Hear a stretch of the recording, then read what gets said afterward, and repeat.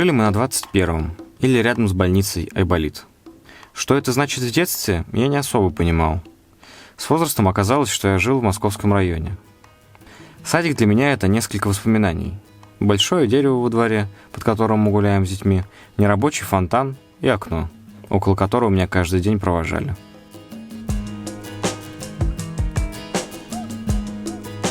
Такой он был мальчик, любознательный, во-первых. Вот он спрашивает: Арсюш, как тебя звать? Арсений Михайлович. Он еще ему было 1,5 годика. Говорить он начал рано. Арсений родился в 3:50, в 4:50 утра. Рост не помним, или 51, или 49, не помню. Мне кажется, он был спокойный. Отвезли меня в 7-й роддом с дня рождения. Мы у Погодиных справляли день рождения. У друзей. У друзей. И, по-моему, даже хотели переночевать остаться. У наших друзей мама была, и она прям, у нее прям... Ну, она, как женщина, видела, какой уже пошел процесс, интенсив схваток, и она: уезжайте, говорит, быстрее отсюда, пока она тут не родила нам. А мы не торопимся, вот они были большие, высокие ботинки на шнурках, и я, не торопясь, их зашнуривал. А тебе сколько было? Мне было 23. 23 года. Мише было 25. 25. Сразу же с первых дней так как мы готовились его в воду рожать, я решил его закалкой заняться. Месяц-два, и я его на Щелковском хуторе, а это весна, я его окунать начал в озеро. Мы бэби-йогой занимались, знаете, так за ногу поболтать, еще что-то такое. То есть мы такие родители, писать его приучать. Прям вот из роддома приехали, я сразу его на горшок начал сажать. Вот. И он заболел у нас. С тех пор я сказал, все, никаких экспериментов. Да, он заболел, и там даже был 1 день реанимации, Миша очень переживал. В общем, его как могла встряхивала, говорил, все будет отлично. Ну, в общем, он прям думал, что будет прям трындец. Я был еще студентом. Да, и после этого Миша отдал ребенка мне на, так сказать, воспитание. А я немножко такая женщина тревожная, мамаша. Я детей... Короче, маме холодно, значит холодно детям. Всем надо тепло одеться. Вот. И Арсений после вот этого случая как бы был у меня. То есть если я считала нужным одеть ему 2 шапки, он был в 2 шапках. Там иногда Миша пытался, конечно, что надо как-то все-таки ребенка разгрузить. Я говорю, не-не-не. Я говорю, я вот так вот вижу, что с ним делать. Приходил всегда к нам в гости, игрался с собачкой. Такой обыкновенный мальчик. Очень спокойный. Но он мне казался таким, как задиром, можно сказать. Вот сейчас такого, конечно же, нет. Боролись часто. Тогда Арсений был очень активным и веселым, скажем так, мальчиком. Всегда был за любую движуху, всегда мы куда-то ходили, бегали, прыгали там, я не знаю, на велосипедах. Помню только, как он с велосипеда перевернулся кверх головой, когда мы куда-то там ехали куда-то вниз, и вот почему тут только это сейчас всплывает из детства.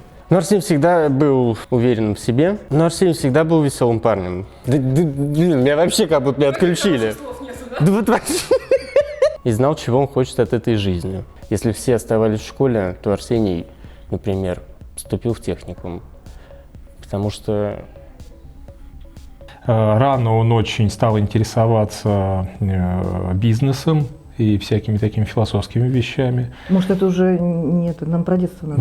Это детство еще такое. Это, знаете, он когда мне начал какие-то цитаты из Ницше, из Гитлера начал, он Гитлера прочитал, там вообще он там и политиков, и философов читал и говорил, и он начал меня где-то уже за пояс затыкивать, так как я его все время на православии, он меня начал где-то вот на политике уже затыкать, вот.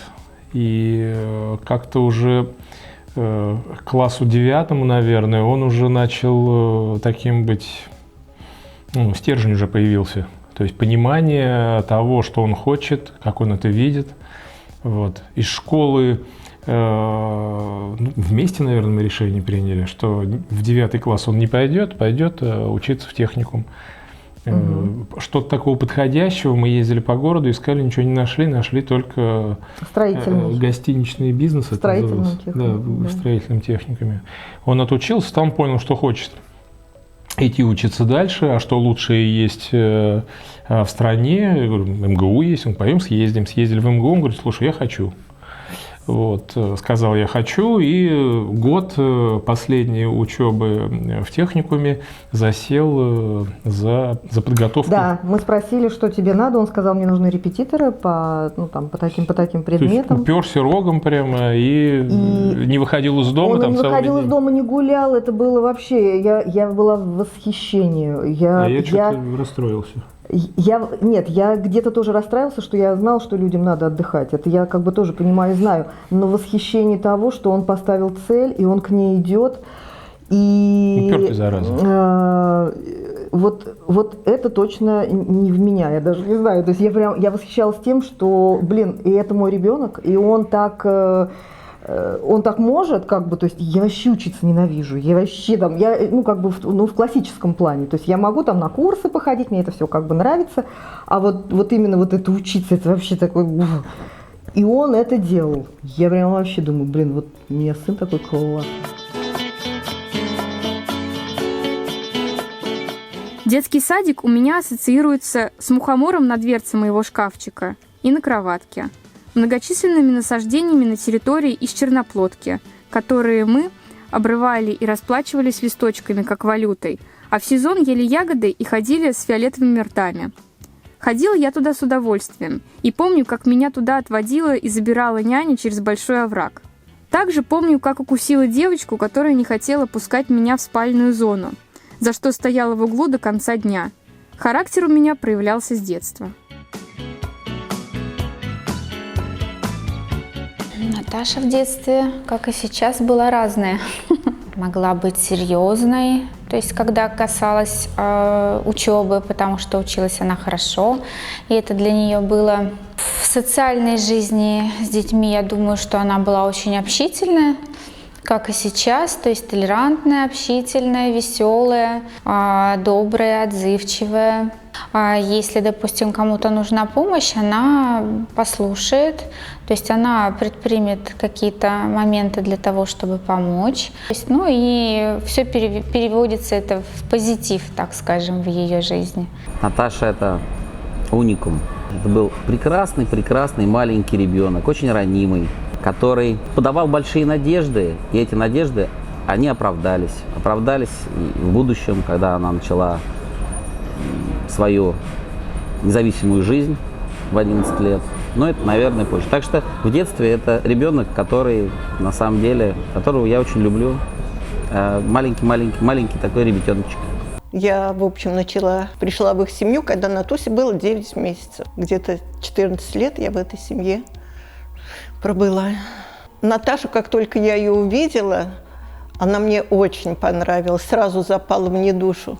Большие голубые глаза, мордашка круглая. В общем, она мне сразу понравилась, очень понравилась. Детей я люблю вообще, но Наташа меня обаяла сразу. И она ко мне сразу потянулась. В общем, у нас, наверное, взаимная симпатия произошла. В возрасте, наверное, с 3 лет она почему-то не любила ходить за ручку. Я ее пыталась, там где-то лужи, где-то там скользко. Она руку всегда вырывала и говорила сама. Что довольно такая девочка с детства самостоятельная. В общем, ребенок чудесный. У меня самые лучшие воспоминания. Не очень любила делиться игрушками, например. Когда летом играли в песочнице, чужие брала, свои как только видела в чужих руках свои игрушки, тут же отбирала. Что довольно спокойная такая, не плаксивая, не капризная и очень общительная с детства. С ним мог заговорить любой человек на улице, и она расплывалась в улыбке. И, в общем, рада была со всеми пообщаться. Наташа, она, в общем, девочка такая очень трудолюбивая, надо сказать. И в школе она же отличница была много лет, не помню до какого класса. Всегда делала уроки, не было случаев, чтобы ее там приходилось подтаскивать или заставлять делать уроки. Она делала это самостоятельно. Даже если, допустим, во время болезни лежала с температурой, она все равно вставала и делала уроки. Мне было жалко, говорю, Наташа, ты же завтра в школу не идешь, пока болеешь, можно не делать, наверное, уроки. Она сказала, нет, я буду просыпаться ночью и все время про это думать. Так что она такая очень трудолюбивая девочка. Наше детство с Наташей было как... У нас не было чего-то среднего. Либо война, либо мир.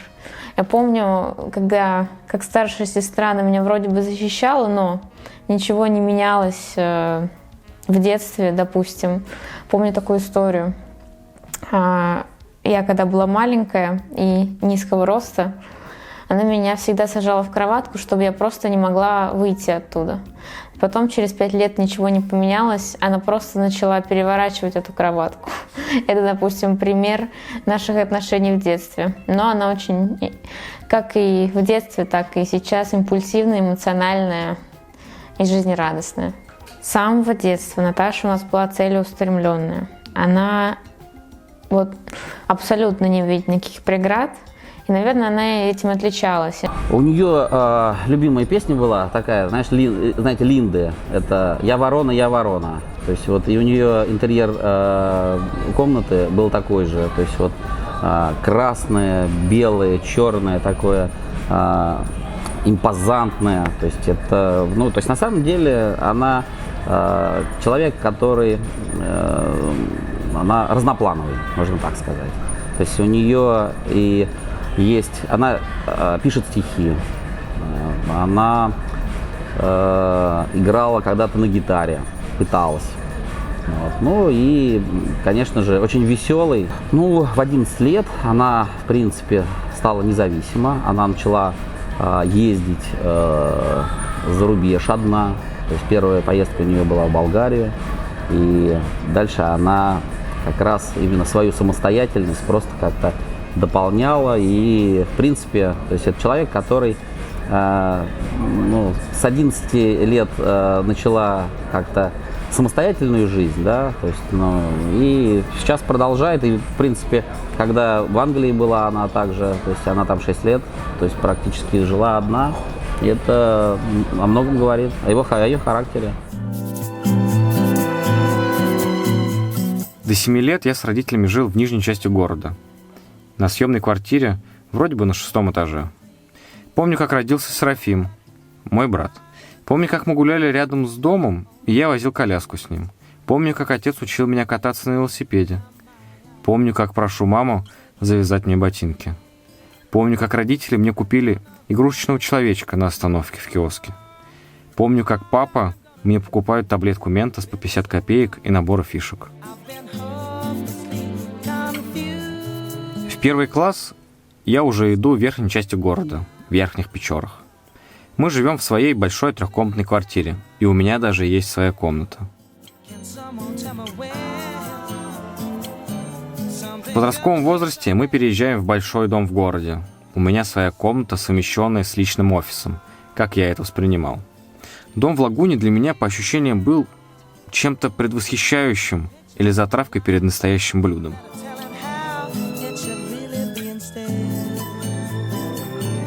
Те моменты жизни, когда мир ярче, вкусные конфетки, там, не знаю, ты замечаешь теплый ветер, там, да, и как классно кататься на санках с горки, да, вот это вот то время, когда Арсений был рядом, когда его отец, его семья приезжали к нам в село, и мы там вместе проводили очень много хороших событий удалось нам пережить. Арсений в детстве мне казался человеком, знающим, что он хочет, да, как-то такой необычный, потому что благодаря этому воспитанию все. То есть с ним всегда было о чем пообщаться, он мог что-то новое привнести в твою жизнь. Вот. Арсений, он всегда был пассивным. И у него был интерес к медицине, вот насколько я помню, потому что мы с ним были вместе в школе выживания, и он там препарировал слепней постоянно. То есть с детства у него был такой интерес именно к медицине, насколько я помню. Он был такой очень спокойным, как и я. Мы были, в принципе, такие спокойные дети. Самые смешные случаи, которые могу вспомнить, это из школы выживания, когда там вместе защищались от старших, когда нас там пинали палатку, мы там не лежали, оборонялись. Раздолбаем, абсолютно. Но веселым, с ним было приятно общаться. И до сих пор приятно. Арсения я знаю с 9 класса, то есть совсем маленьким я его не знаю. Вот. Ну, я помню, что у него были очень смешные усики, и он их очень долго не брил, очень долго, прямо он с ними ходил. Вот. Но при этом он нравился очень многим девочкам в нашем классе, то есть он ходил такой статный, серьезный мужчина. Вот. Он всегда был человеком таким спокойным, размеренным, в какой-то степени скрытным, но не в плохом смысле, а в том, что он просто не разменивался на какую-либо лишнюю информацию по отношению к тем людям, с которыми особо не общался.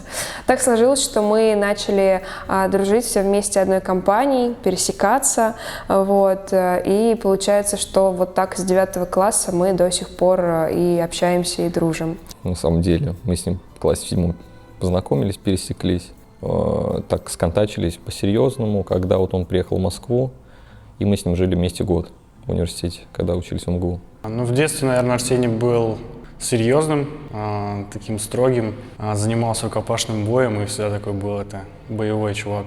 В детстве это человек, который всегда знает что-то чуть больше, чем ты, что-то более интересное. Вот, поскольку он жил в городе, а мы жили в деревне, когда мы встречались, он постоянно привозил что-то такое из мира, знаешь, из такого широкого мира. И Арсений – это человек, который познакомил нас с миром компьютерных игр. Я даже не помню названий этих, но помню, что мы приезжали к нему в гости, закрывались в комнате, он открывал ноутбук, и там кадр такой, как в поезде начинается перестрелка. И тогда это было сногсшибательно. Потом он притащил нас в онлайн-игру Perfect World, и это было тоже целый этап в моей жизни, когда я погрузился туда и чуть не утонул там. Чудом вылез, опять же вслед за Арсением.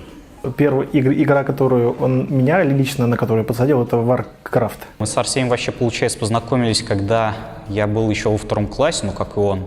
И мы познакомились, когда ходили на дзюджитсу вместе. Первое впечатление было, просто такой угарный какой-то парень, там что-то бегает. Арсений в детстве был очень смышленным парнишкой, без бороды еще в то время. Всегда у него была вот эта коммерческая нотка, его коммерческая жилка, без которой он, наверное, не жил и ни дня. Смешных моментов было достаточно много, все сейчас не вспомнишь, но, в принципе, было очень много достаточно обильных и приятных воспоминаний событий. Это всегда был очень приятный парень, который готов был выручить, помочь в любую минуту, что, собственно, продолжается на протяжении всего нашего общения. Поэтому тяжело выделить что-то одно, здесь достаточно много качеств.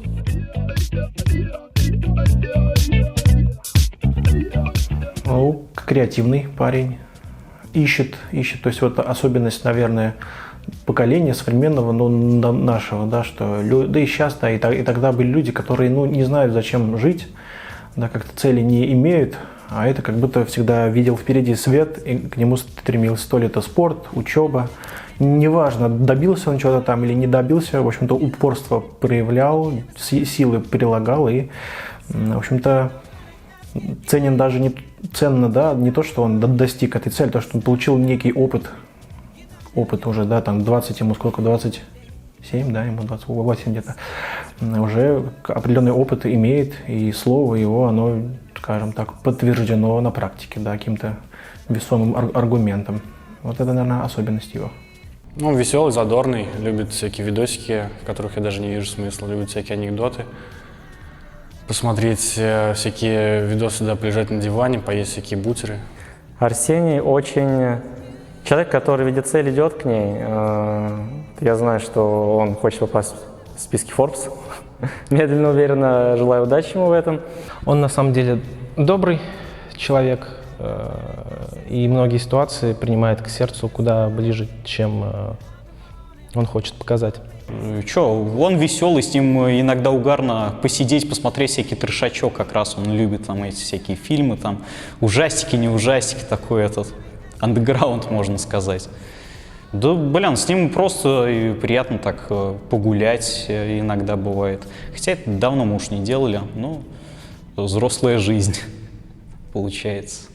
Всегда старается довести дело до конца. То есть он всегда верит в себя, то есть никогда не сдается. То есть если я могу там где-то засомневаться, то у него всегда вот эта уверенность в слове чувствуется.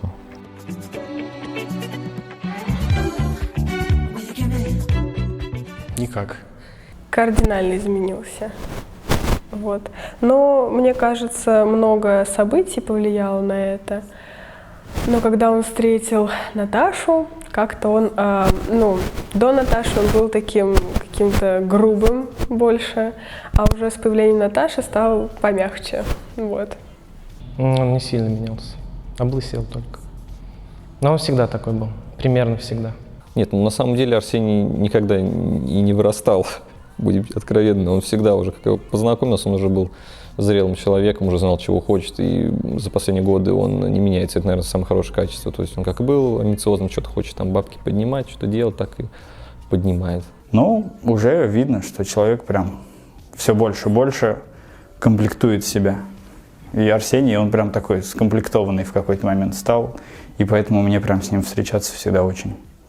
Я как будто в библиотеку приезжаю, в хорошую.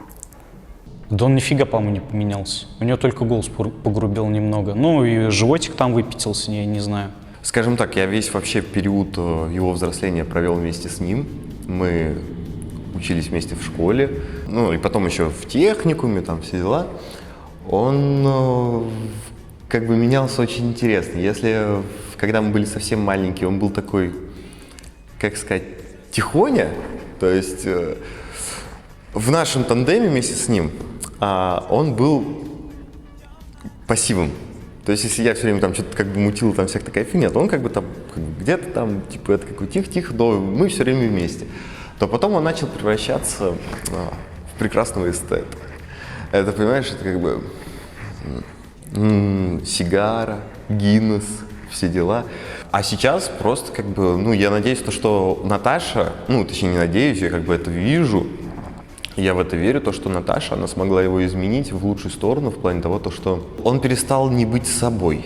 Наташа полюбила его такого, какой он есть, и он, слава тебе Господи, остается собой. Да, может быть, это кому-то не нравится. Мне это, например, иногда это бесит, просто бесит. Но самое главное, что он тот человек, которым он как бы является. Он не пытается притворяться, и это на самом деле прекрасно. Этого многого стоит. Подрос. У нас с ним, наверное, общая особенность. Мы стали лысые. Раньше были хорошие волосы, шикарные, сейчас как коленки. Ну, в общем-то, серьезнее стал, да. Ну, на мой взгляд, он прям меняется... От года? Не от года, а от каких-то событий, я бы сказал. То есть в школе это один человек, в техникуме второй, при поступлении в университет второй. Он же самостоятельно принял решение уйти из университета.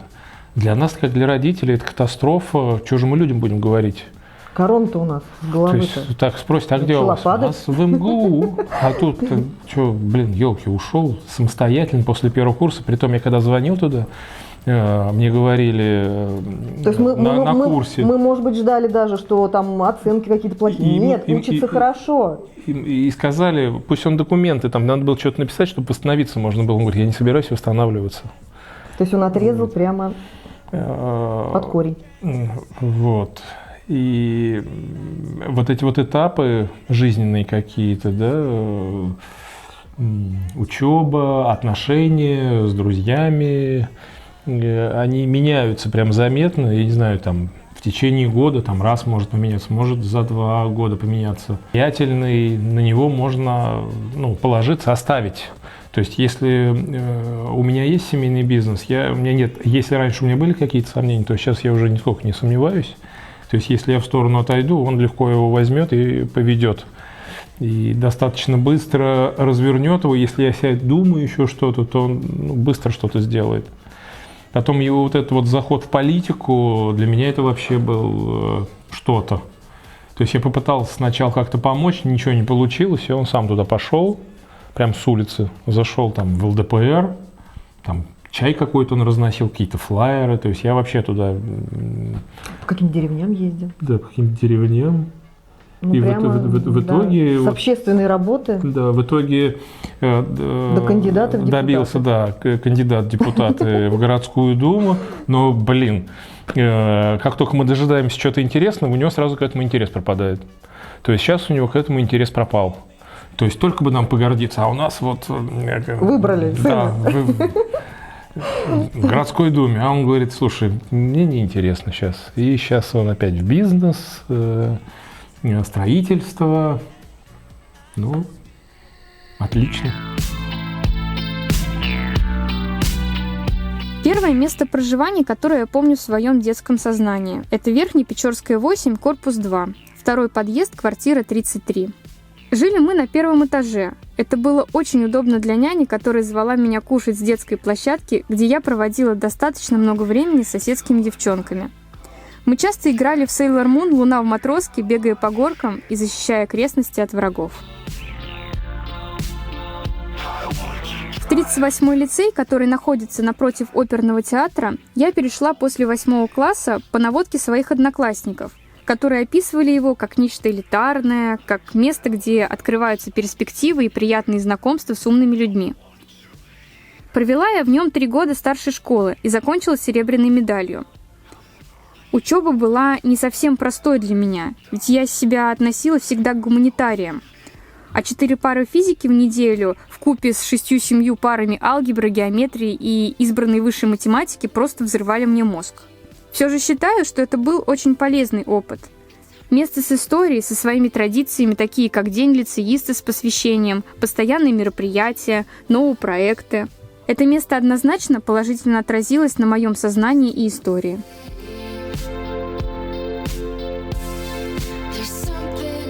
Наташу я заочно знала давно, потому что я занималась с ее сестрой конным спортом, с Лерой, вот, и поэтому периодически в социальных сетях мелькало либо Star Wedding, свадебное агентство, либо, в принципе, личный аккаунт Наташи.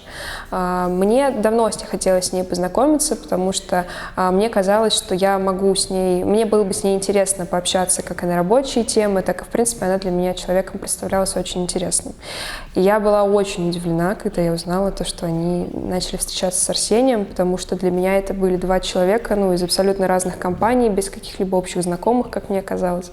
Вот. И мне Наташа всегда представлялась старше нас почему-то. Как-то у меня было такое впечатление, что она значительно нас старше. Вот. А потом оказалось, что мы почти ровесники. И, соответственно, я помню нашу первую, по-моему, встречу, либо одну из первых, когда мы сидели у нашего общего друга, у Сережи Емельянова, вот, и она с Арсением пришли туда, и мы начали общаться, и я подтвердила, в принципе, свое предыдущее мнение о том, что действительно она очень интересный человек. На самом деле с Наташей мы познакомились, когда я работала в детском журнале, и Наташа со мной встретилась по поводу съемки внутри ресторана «Усадьба».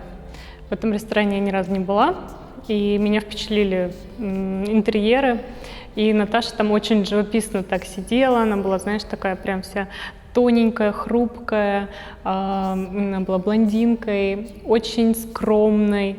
Я подумала, как-то интересно такой, знаешь, барский ресторан и такая хрупкая девушка, которая очень все грамотно преподнесла и в конце спросила, не ищу ли я работу. Я познакомилась с Наташей где-то, наверное, уже лет 5, нет, меньше назад, но не суть. В общем, мы с ней случайно познакомились, когда организовывали фестиваль творческих новинок в ивент-индустрии. Она была одним из организаторов, а я тогда помогала ребятам тоже организовывать. И спустя некоторое время она пригласила меня помочь ей в свадебном агентстве со свадьбами, потому что у нее было 3 свадьбы в один день. И, собственно, после нашей первой свадьбы она в меня поверила и предложила работать с ней дальше. Так началось наше с ней знакомство вот с такой совместной работы. Насчет того, что с Наташей мы познакомились в лицее, мы вместе учились в параллели, у нас была дружная компания, и Наташу всегда я ассоциировала с солнцем. Почему? Потому что Наташа сама по себе очень светлый, заряжающий человек, с ней всегда весело, с ней всегда можно найти какие-то приключения, что-то придумать. В общем, Наташа никогда не любила сидеть на месте, она развивалась, пробовала себя в разных начинаниях. И для меня очень важно то, что Наташа, несмотря на расстояние, вот я ее помню, когда мы познакомились лет в 15-16, но несмотря на расстояние, Наташа всегда была человеком, который не теряла связь со своими близкими. Для меня почему-то это такой важный пунктик, вот, если рассказывать о Наташе. Вот. Наташа, она всегда училась на отлично. Вместе в школе учились, ездили в Англию обучаться. Вот. То есть она всегда была умная девчонка, обращались всегда к ней там за советом каким-то. Она отходчивый человек, прямой, в каких-то моментах не принципиально в плане дружбы. То есть мы могли не общаться 3-4 года, потом я говорю: привет, как дела? Привет, нормально, и опять поехали общаться. Для меня, как сестра, она сильный человек. Сильный духом, характером и позицией жизни. Наташа, она очень вдумчивая. Вот это я в ней очень ценю, люблю, уважаю. Наташа очень спокойный, рассудительный человек. Она очень внимательная, организованная. В ней есть, наверное, те качества, которым нужно подражать. Мне она очень импонирует ими. И вот этот вот хорошая такая энергетика и баланс, который в ней есть, он очень привлекает. А еще она очень хороший харизмат, и в этом, наверное, огромный плюс. И я считаю, что это одно из таких ведущих ядро, да, ведущих позиций, которое позволяет ей контактировать с людьми и очень так доходчиво объяснять сложные там какие-то вещи простым языком. Вот за это она для меня очень ценный друг. Вообще, Наташа — это мой большой маленький босс. Ну, это вот, наверное, тот случай, когда в твоей жизни появляется человек, который становится во многих вещах твоим наставником, каким-то учителем. Она действительно в свое время в меня поверила и очень многому научила касательно организации свадеб. Буквально за какой-то месяц, наверное, мы тогда встретились с огромным количеством пар, и она меня смогла вот прямо на месте научить всему, что нам в дальнейшем помогало в работе.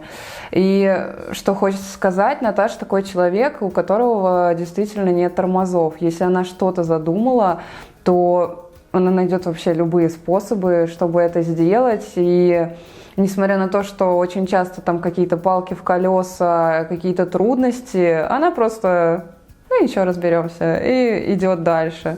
Наташу от других людей отличает постоянство. И этим для меня Наташа очень ценна как человек, как друг, как часть моей семьи. Я ее, наверное, уже за такой продолжительный период общения могу назвать своим действительно родным, очень близким человеком. Она никогда не сдается. Упорство – это тоже одна из самых главных черт Наташиного характера. И Наташа умеет в любой ситуации видеть хорошие стороны. То есть если она видит какую-то проблему у человека, она не просто послушает и скажет: ну понятно, угу. Она подумает в моменте, чем тебе помочь. Эмпатичность. Вот, это тоже одна из самых основных черт в Наташе. И, конечно, доброе сердце. И в Наташе доброты более чем предостаточно. За это я ее люблю.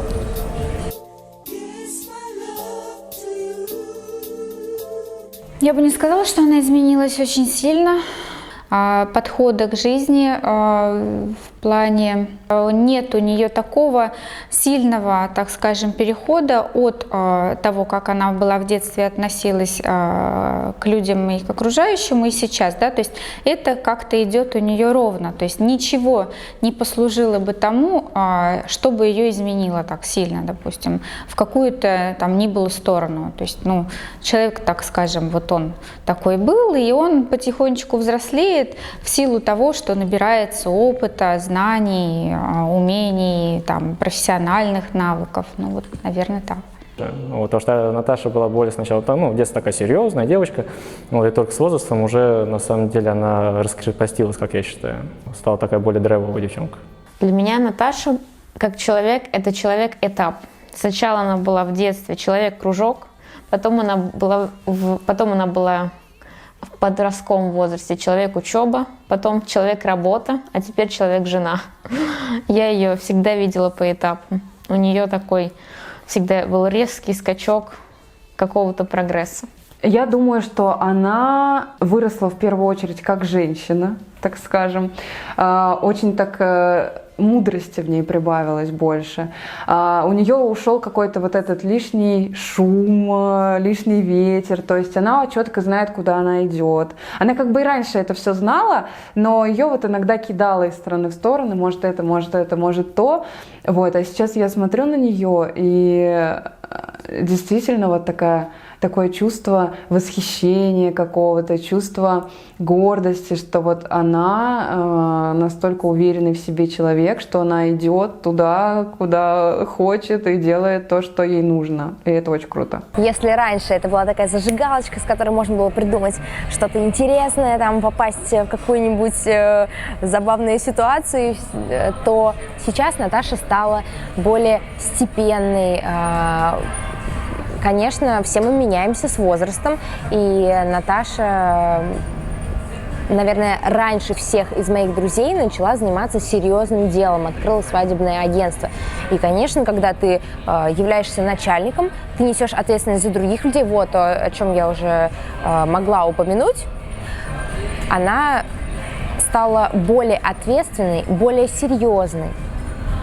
Но для своих близких она всегда останется такой зажигалочкой. И это очень важно, когда на работе у тебя одна роль, а в жизни со своими близкими ты сохраняешь огонек. Вот, наверное, если говорить о том, как она менялась, она стала более сдержанная, более сосредоточенная действительно на своей карьере. Но я считаю, что это лишь органичное свойство, которое приобретает человек серьезный и целеустремленный с течением времени. В настольный теннис отец отдал меня в 7 лет, как только я пошла в 1 класс.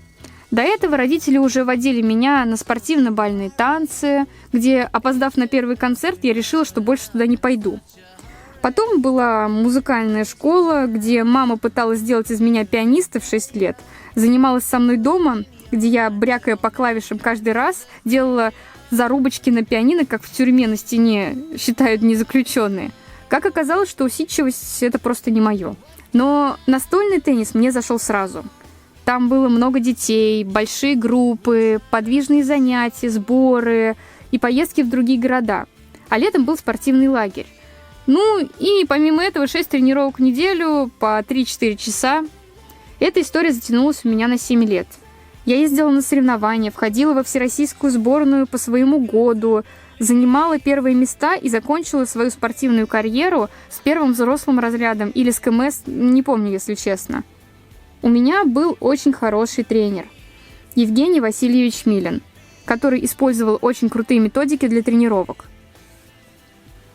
Думаю, именно там я приобрела силу воли, стремление к достижению своих целей, нереальную работоспособность и коммуникабельность. Закончив карьеру в настольном теннисе в 14 лет, я перешла в большой теннис и занималась им еще 3 года. Это точно мой спорт, и я рада, что этот период был в моей жизни. Он в некотором смысле создал из слабой девочки волевого и сильного человека, который, несмотря ни на что, добивается своего. Спорт для меня начался с 8 лет. Рукопашный бой, 103-я школа, «Динамо». Владимир Александрович Тупицын. Не знаю, что это, прозорливость моего отца или просто фарт, но я получил не просто тренера, а настоящего наставника. Если говорить непосредственно про тренировки, то это разминка, отработка упражнений, отдельные и с партнером свободные спарринги. И что мне особенно врезается в голову, как Саныч в конце тренировки сажал нас вокруг себя и говорил какие-то жизненные вещи, которые выбиты у меня на подкорке и с которыми я живу и сейчас. Я видел, как этот человек из разгильдяев делал настоящих мужчин. Также особенно с теплотой я вспоминаю, как я ездил в школу выживания, военно-спортивный лагерь, который находился на Керченце. Там из маленьких детишек выковывали настоящих парней. Рукопашному бою я отдал 10 лет своей жизни. Иногда мне даже снятся тренировки в зале. Кстати, лейтмотивом во всей этой истории идет Леха Терешин, с которым мы занимались с самого начала вместе, который при этом дружил с моей будущей женой с 1 класса. Для меня занятия контактным видом спорта были всегда противоречивыми вещами, потому что я одновременно любил работать над собой, любил коллектив, но абсолютно не любил бить людям морду, хотя делал это достаточно филигранно. Есть один случай, запомнился, он занимался в секции рукопашного боя, карате, сейчас то точно не помню. Вот. Ну, я там тоже мы с друзьями, с братьями маленько тоже упражнялись. И вот в какой-то момент в процессе застолья, такого теплого семейного, мой отец и отец Арсения, они говорят, давайте спарринг устроим. Давайте, в общем-то. Мы с Арсением одели перчатки и стали так потихоньку спарринговаться. В общем, в какой-то момент мы разменялись ударами, и на этом бой закончился. Нас просто разнесли кого куда. Ну и все, в общем-то, вот такое хорошее тоже впечатление у меня есть. И про него был забавный случай, когда он вот как раз первый раз пришел на джиу-джитсу, он пришел сразу в желтом поясе, над ним потом угорали по этому поводу. Я сразу же, как из человека оттуда, из той эпохи, из советской, сразу парни в рукопашный бой. Вот, он походил год-два, нормальная надежда на него у тренера, он даже призовые места занимал. И в перспективе он там по 5 дней в неделю занимался. Был момент, где в классе, наверное, это было в 7-м, где он сказал, слушай, я не хочу уже ходить. Я говорю, слушай, надо. И я его как-то заставил, он очень сильно переживал по этому поводу.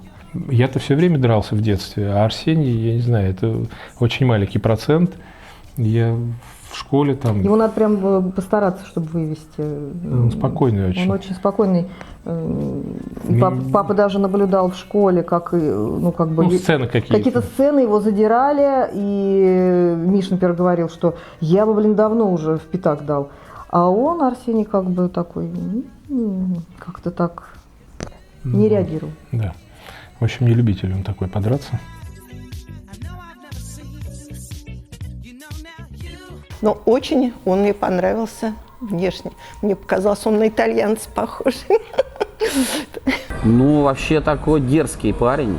Дерзкий. То есть мне нравятся такие люди, которые не заискивают. Вот. Правда, борода у него такая, капуста здесь всегда у него тут Вообще мне нравятся люди, которые своей точки зрения, то есть которые отстаивают свою точку зрения. Молодец, правильный пацанчик. Арсений поначалу был такой неразговорчивый, я так думаю, что он прислушивался, приглядывался.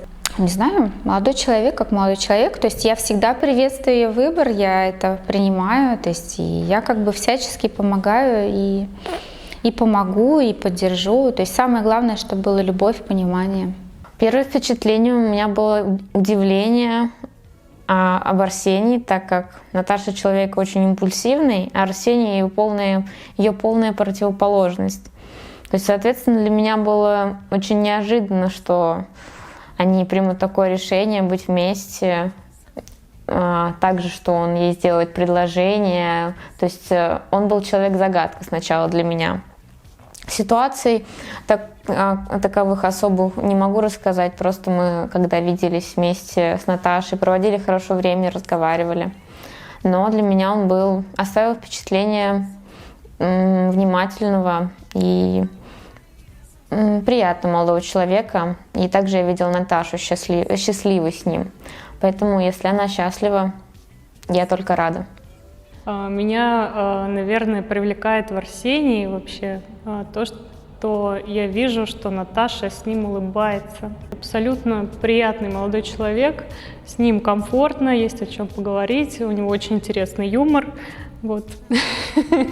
Не всегда его понимаю, конечно. Что мне сразу запомнилось, что он пришел к нам во время обеда, мы сидели с девочками в кафе, и он пришел к нам и просто вел себя максимально с нами комфортно, то есть как будто мы уже 100 лет все знакомы, какие-то тоже шутки с нами шутил, поддерживал разговор, и мне тогда это очень понравилось, и я такая думаю, а он такой же, как Наташа. Очень деловой парень. Вот это первая эмоция, которую у меня вызвал Арсений. Я подумала, какой деловой. Потому что, понятно, все мы молоды, и в основном в нашем возрасте ребята, они еще хей-хей, потусить, что-то еще. А он приехал и начал решать вопросики.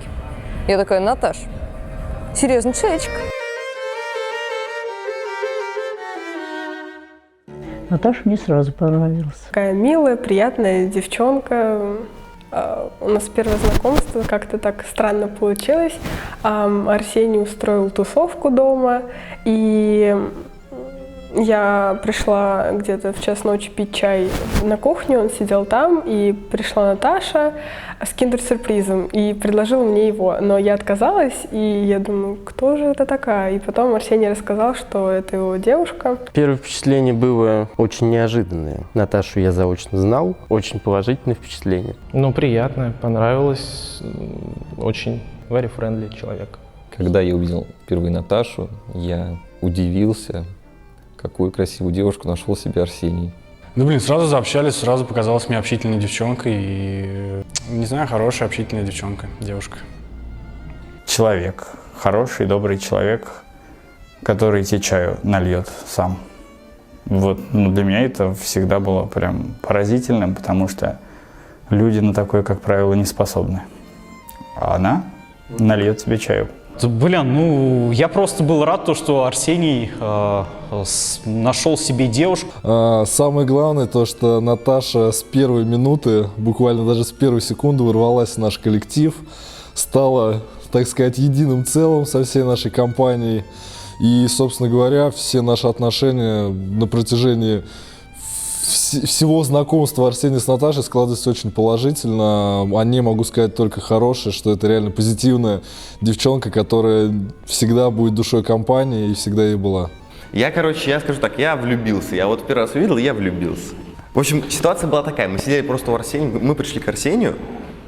Я как бы давно уже знал про Наташу, то есть они уже там встречались, как бы все, это уже вообще там дело к свадьбе шло, просто я ее не видел, потому что в силу работы, в силу учебы я мало встречался со своим близким кругом. И мы пришли в гости, там в баньку, что-то у Арсения посидеть, там все дела, выпить. И я просто поразил на то, насколько Наташа, как объяснить, вот стол чуть-чуть пустеет, она сразу же, ребята, что хотите там, типа рыбки? Давайте сейчас рыбка есть, там мясо есть, все как бы, и стол, он постоянно, и мы сидим, мы выпиваем, мне хорошо, смотрю, Арсений тоже уже поддатый как бы, а Наташа ни в одном глазу, но ей это не нужно, ты прям чувствуешь от человека, то, что ей не нужно быть там поддатой, все дела, она кайфует от того, что она делает, как бы для Арсения через нас, это вот. Приятные впечатления, да. Женщины всегда такие загадочные существа, к ним какой-то надо особый подход. А это человек, который открыт для общения, да, как-то без комплексов, без замашек, что опять же очень не характерно. В общем-то, я остался доволен знакомством, хорошее впечатление она произвела. Мне Наталья очень понравилась. Сложно пожелать что-то лучшего. Она и как партнер, да, она и как любовь. Активная. И я уж его и провоцировал, Арсения, и все. Хозяйка хорошая. Да. Я говорю, то есть до того, как свадьба была, он говорит, мне нравится, я ее люблю. Прям там люблю, нравится она мне. То есть и это как минимум приятно. Наташа в семью легко влилась. Да, она находит коммуникацию и ищет ее. То есть очень сложно с ней не сблизиться. То есть Наталья очень коммуникабельная. То есть она и поможет, она и внимательная. То есть ты где-то там что-то, она боковым зрением даже все видит. То есть, видимо, сказывается ее, я не знаю, там, жизнь с родителями, учеба, я не знаю, что это, но она очень чувствительная к другим людям, понимает, что и как. Вот. Я не знаю, добрый, щедрый человек. Да. И плюс к тому еще, если она любит Арсения, Арсений любит ее, ну, я не знаю, что лучшего пожелать. Да, все. По мне, это лучший вариант. Вот. Наташка наш человек. Да, родители, семья у него просто изумительная. Я их очень всех люблю. То есть, мне кажется, эти чувства взаимные. Мы нашли общий язык, я считаю, как-то со всеми.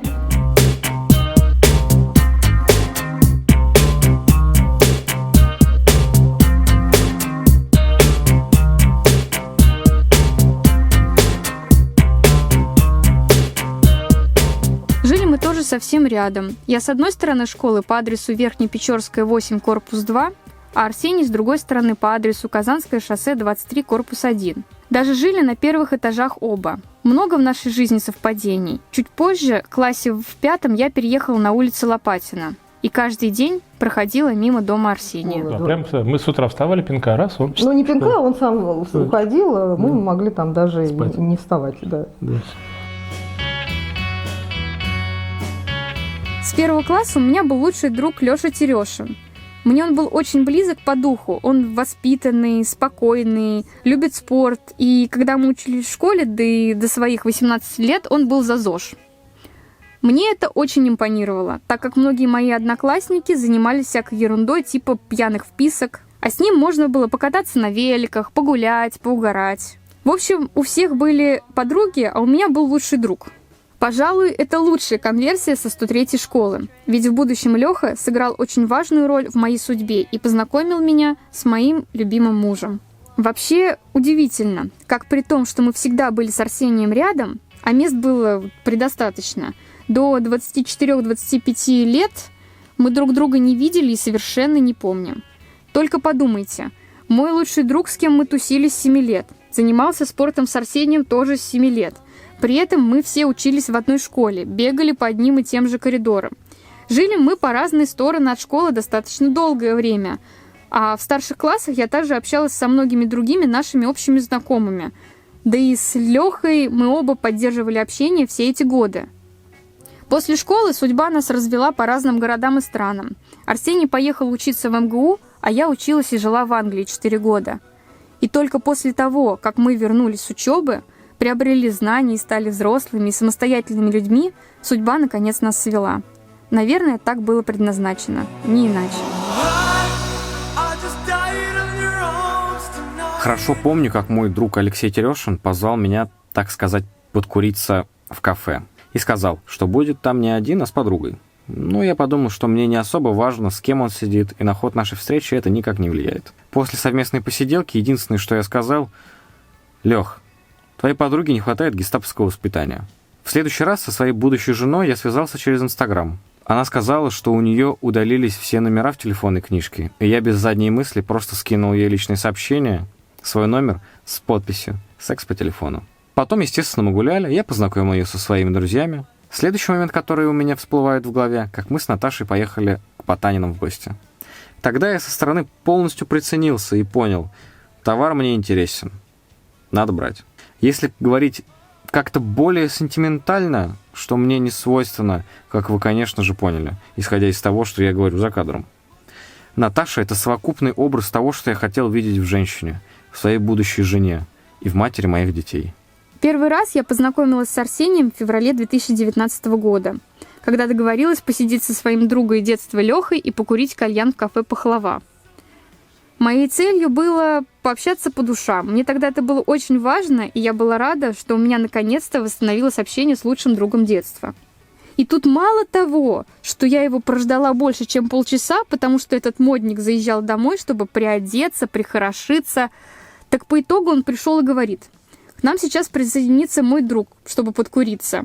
И это как бы был не вопрос, а утверждение. Тут приходит Арсений, рассказывает про свою партийку ЛДПР. К политике мое отношение всегда было так себе. Ну да ладно. Самое главное, что я хотела излить душу, а план провалился. Видимо, именно поэтому Леха потом написал, что его друган порекомендовал мне гестаповское воспитание.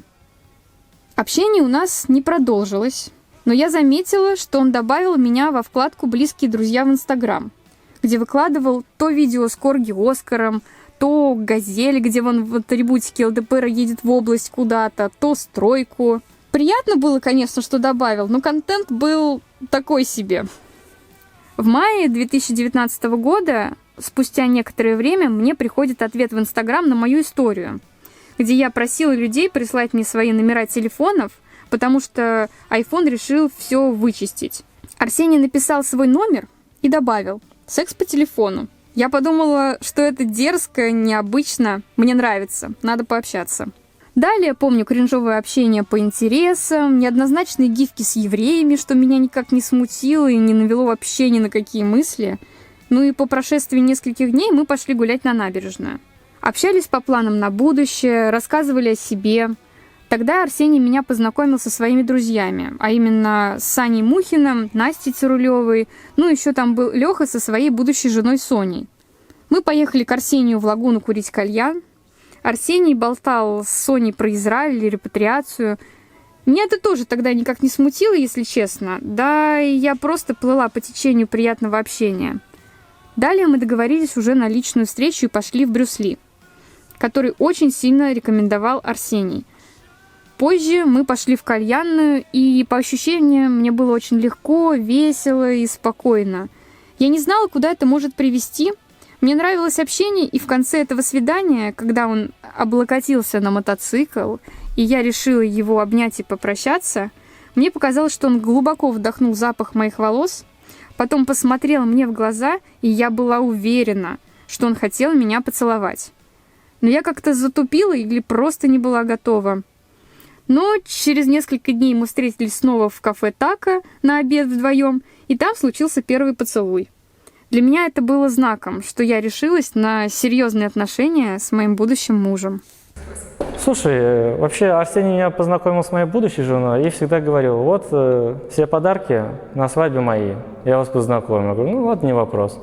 И мы что-то так отдыхали вместе, кальян курили около Лобачевской плазы. И, значит, я ему говорю, сейчас я познакомлю с моей очень хорошей подругой. Вот, с Наташкой познакомил. Сначала что-то они друг друга не поняли, на самом деле. Арсений не понял ее, Наташа не поняла его. Они что-то там перестали общаться. И потом, в один момент, когда мы на набережной собирались в общей компании, я вижу, они вместе. То есть я так не понял, что такое. Они такие, ну вот, вроде нормальная девчонка, нормальный парень. Начали туда-сюда крутить, шуры-муры, вот. У меня всегда был запрос по жизни к тому, что я хотел иметь определенную женщину, жену, супругу, любимую. И у меня какой-то был образ, но я не совсем верил, наверное, в то, что вот когда закидываешь какие-то характеристики, думаешь, ну такого не может быть. То есть я хочу, чтобы было это. Мне хочется дать там какие-то дополнительные со своей стороны вложения. И тут мне, так скажем, сверху спускают человека. И это как раз вот была Наташа. Еще года не проходит, проходит где-то полгода после знакомства, и я понимаю то, что я, в принципе, созрел, я готов, тянуть я ничего не хочу. То есть, если я чувствую, что это мой человек, значит, надо просто брать. Я, конечно, в это не верила до конца, что можно пожениться в первый год знакомства. Может быть, как-то этот локдаун как-то сыграл, или вот вся ситуация, которая тут тогда накопилась. По поводу именно самого предложения, как бы, руки и сердца, видимо, у меня в жизни все не как у всех, как бы, если я много организую каких-то сюрпризов по предложению сердца, мне это было вообще не нужно. Мне главное, чтобы человек сделал это уверенно, искренне. И делаю предложение Наташе. Делаю его там в своем стиле, так скажем. Но я тогда немножко офигела. Мы ехали на день рождения к нашему общему другу, просто беседовали о чем-то, и как-то разговор зашел в русло вот именно совместно, потому что мы тогда уже вместе жили и как-то начали про это разговаривать. В общем, разговор зашел в стезю по поводу дальнейшей жизни, и появился, в общем, такой вопрос какой-то. И я сказала такую фразу, то, что я была бы не против стать твоей женой. Как бы мне все очень нравится, мне с тобой хорошо. И он говорит, ну, поехали тогда в ЗАГС на следующей неделе. Я такая, это что, на самом деле все так просто? То есть, как бы в жизни, когда люди друг к другу подходят, все действительно как бы просто, как бы люди друг друга любят, и они идут в ЗАГС. Я такая думаю, так, ну, может быть, он просто это так, ну, сказал, и как бы мы это оставим. Сидим в машине, я говорю, пошли распишемся. Она говорит, ну, в принципе, пошли распишемся. При этом это еще и пандемия. То есть все закрыто. И мы пошли, подали заявление, но мы никому об этом не сказали. И для нас было, ну, как бы очень важно. У нас есть определенные совместные вещи, которые нас символические, которые нас объединяют. И я тоже считаю, что это определенный жизненный знак. У меня день рождения 6 марта, у него день рождения 6 апреля. А свадьбу мы принципиально хотели, чтобы она была на 6 мая, чтобы вот эти вот 3 шестерки, они сложились в, вот, как сказать, в таланты Соломона. Вот эти вот 3 шестерки, то, что это признак вот богатства, изобилия. То есть нам это было очень важно, и мы назначили изначально свадьбу на... Мы хотели, чтобы эта дата у нас была, вот. Но когда мы пришли в ЗАГС, и мы подали заявление, там образовался локдаун. То есть нас закрыли, все, коронавирус. И нам звонит работница ЗАГСа, то есть мы подали, было 6 мая, все нормально, мы такие, фу, хорошо, все как мы хотим. И нам звонит через неделю работница ЗАГСа и говорит, ребят, тут проблема, нас сдвигают, вы не против, если мы вас распишем 9 июня? Вот это вот чувство, оно стало очень сильно напрягать, что мы не хотим делать как-то полупокерски, мы не хотим никаких полумер. То есть нам хочется так, как мы изначально решили и запланировали. И, в общем, мы увидели по телевизору то, что расписывают пары в редком исключении, если там какие-то, если кто-то там на ранних сроках беременности или какие-то другие причины, мы такие, так, значит, можно, значит, все-таки как-то можно. Собственно, Арсений вообще молодец, просто нереальный у меня мужчина. Я начинаю дергать людей, думаю, ну я же не зря в политике. И думаю, так родственников надо подергать. А в какой-то момент жизни я увлекся мотоциклом. И вот у меня есть мотоклуб. Я думаю, заодно закину вот в мотоклуб. Позвоню Саше Сидельникову, это вот глава нашего мотоклуба. И он мне говорит, слушай, а я знаю вообще, ну, могу помочь с этим вопросом. Он говорит, сейчас я позвоню и скажу, что как. Он мне звонит, говорит, все, приходи, вопрос решен, 6 мая ты женишься. Я ему говорю, спасибо. И 6 мая мы действительно женимся. Так что у нас получается 6-6-6. То есть мы там были абсолютно одни, мы были в масках и перчатках, мы не одевали друг другу кольца. То есть нас расписывала директриса ЗАГСа именно в тот день, когда нам это было нужно. И кольцами мы обменивались перед дверьми ЗАГСа, когда мы оттуда уже вышли. То есть у нас есть видео, которое записал нам Леша Снитовец, как мы выходим из ЗАГСа, как мы обмениваемся. Блин, такого видео ни у одних моих молодоженов точно нету. Чем начать? Это как бы там, ну, следующим уже поколением, ну и себе там уже, старпером. У нас каждый раз такие политические Да, начала видео. Политическое начало, коробочка. Такая смешная. Не моя, кстати, молодоженов. Увалилась в машине. Собственно, колечко. Ну, так и быть, я сниму. Ой, какая липкая ручка. Кольца сделали из подвески, которая была подарена моей маме на мое рождение. Матери на день рождения.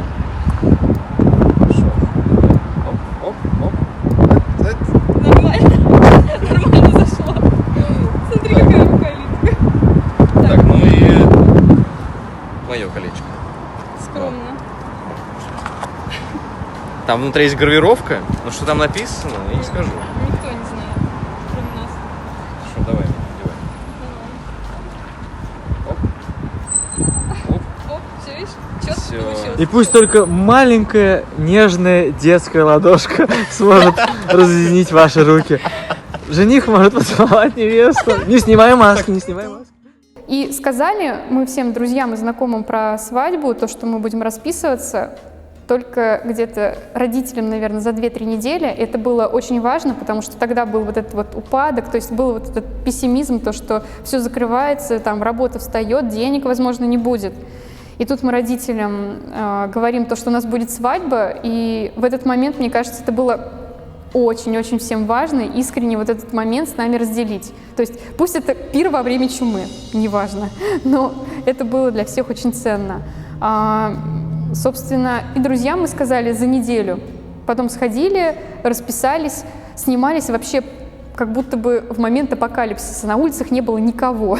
То есть фотосессия была сделана, как будто бы мы гуляем по мертвому такому городу, где нет людей. Вот. Мы просто собрались с родственниками, с Анной Николаевной, это теща моя, мама Наташа, и с моими родителями, с моим братом Серафимом и с сестрой Ангелиной. Посидели вместе, пообщались и так, душевно, семейно. Также я уже не помню, либо до, либо после, я собрал друзей и сказал им то, что теперь я женатый человек, вот моя супруга, не просто моя женщина, теперь это моя жена. Я хотел увидеть всех своих таких близких друзей с школы. То есть вот как ни странно, то, что мне говорили на протяжении жизни, то, что мало общаешься с людьми, с которыми учился, в таких ранних учебных заведениях, то мы как-то длительно сохраняли, и, надеюсь, сохраняем и будем сохранять эту связь между собой. И для меня это ценно. По поводу дальнейшей свадьбы, потому что мы все-таки хотели бы действительно отметить ее в кругу семьи. Для нас все равно очень сильно важны наши близкие, родственники, наши друзья. Во-первых, нам очень важно, чтобы мы религиозную свадьбу провели в Израиле, чтобы действительно хочется постоять под хупой, хочется себя почувствовать такой необычной невестой. То есть такую свадьбу я действительно очень хочу. Мне хочется вот это вот ощутить, вот эти чувства, которые я никогда ранее не видела у других людей, когда работала в свадебной сфере. И хочется, чтобы вместе собрались друзья, родственники, чтобы они разделили все-таки с нами искренне этот момент. Я считаю, что неважно, когда проводится свадьба, главное, что все собираются вместе.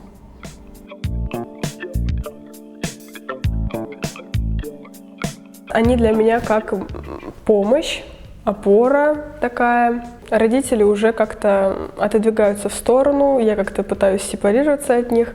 Вот. И сейчас Арсений стал такой важной фигурой в моей жизни. Вот. То есть Арсений, мне кажется, передал Наташе какую-то уверенность и настойчивость, а Наташа все-таки сделала Арсения более мягким, что ли. То есть он же был такой прям, Нашли друг друга. Гармонично смотрят. Да. Я считаю, что это очень гармоничная пара. Они очень сильно подходят друг к другу. И дарят они только радость и счастье всем вокруг, не только мне. Так, вообще, я думаю, они дополняют друг друга. Они как серьезные, так и романтичные, как веселые, задорные, так и деловые. То есть пока, да, то есть этот тандем, то есть я немного же их знаю как пару, да, то есть пока они мне нравятся оба, то есть я думаю, что они советуются и общаются и поддерживают друг друга, что и в будущем, так скажем, им желаю, чтобы было у них такое, так скажем, понимание. Они очень подходят друг другу даже по темпераменту, потому что Арсений такой спокойный, а Наташа, она спокойная в какой-то своей мере, но иногда у нее проскальзывает нотки какого-то драйва, который ей хочется осуществить в жизни. И Арсений как раз-таки идет на все, потому что он тоже любит это.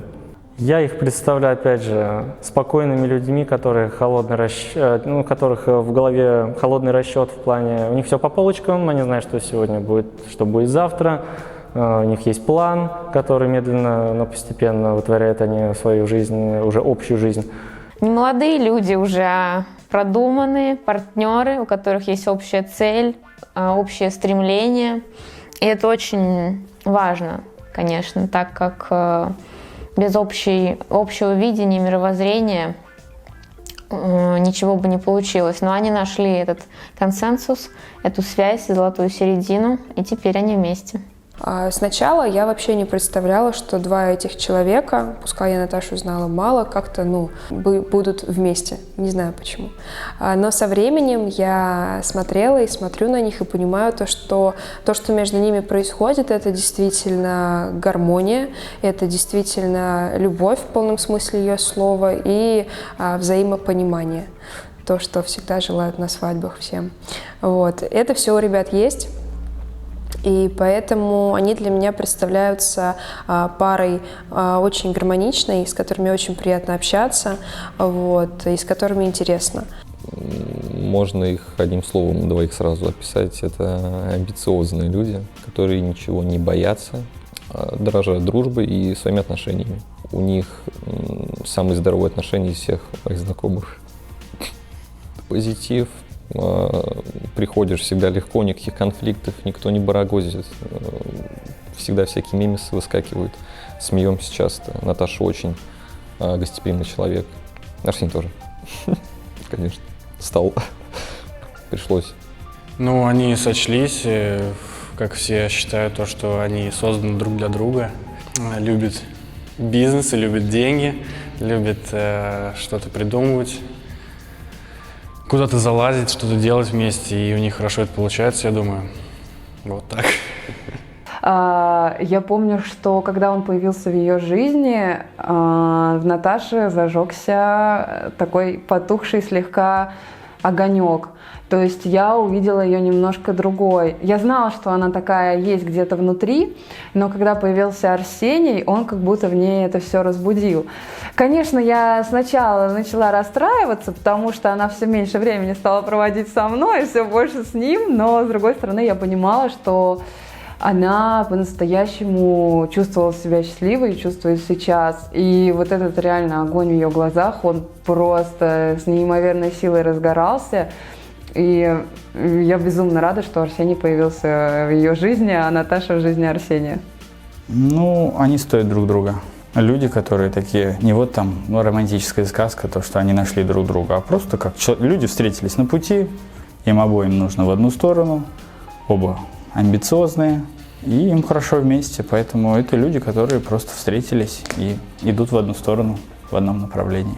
Как пара они мне многим близки, например, то, что они друг друга дополняют, они вместе идут по жизни, занимаются одним делом, мне это очень близко, поэтому это отдельная такая лояльная часть по отношению к этому, собственно говоря, на что я во многих моментах сам ориентируюсь. Я вижу ваши взаимоотношения, любовь между вами. И я надеюсь, что эта любовь, она будет только расти, разгораться. И я очень рад за вас, что вы нашли друг друга. Если говорить о Наташе и об Арсении как о паре, для меня это ассоциация с локомотивом, с ракетой, с движущей силой. Потому что действительно они друг друга поддерживают и строят будущее. Не только они друг друга развивают, они делятся теми знаниями, которые у них накопились, и обмениваются. Они помогают друг другу стать лучше, и при этом они строят общее.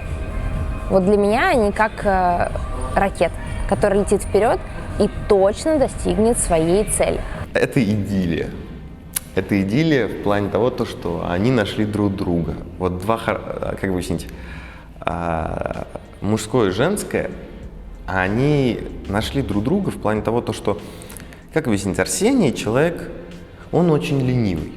Реально, он просто ленивый. Это нормально, мы все ленивые. Просто у него это прям ярко выражено. Но это не значит, что он ничего не делает. Он просто ему впадлу, скажем так.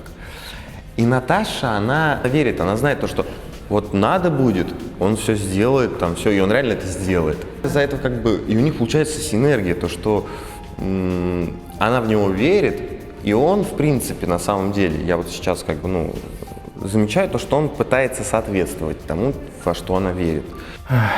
Колоритная пара, наверное, так можно сказать. Очень нравится то, что вот из того небольшого времени общения с Наташей и с Арсением я успел, когда они уже сошлись, да, пообщаться, я вижу, что Наташа готова идти за ним, да, то есть вот как такое слово есть быть замужем, да, я думаю, что она к этому готова, это видно из ее слов, из ее действий, вот, думаю, что впереди, конечно, будет всякое разное, да, но это готовность быть рядом, быть вместе, несмотря ни на что, принимать философию своей второй половинки, это важно, это важно. А думаю, что Арсений умеет вести, и он приведет свою семью, сейчас пока малочисленную, потом, может быть, она будет многочисленная, к светлому будущему, скажем так.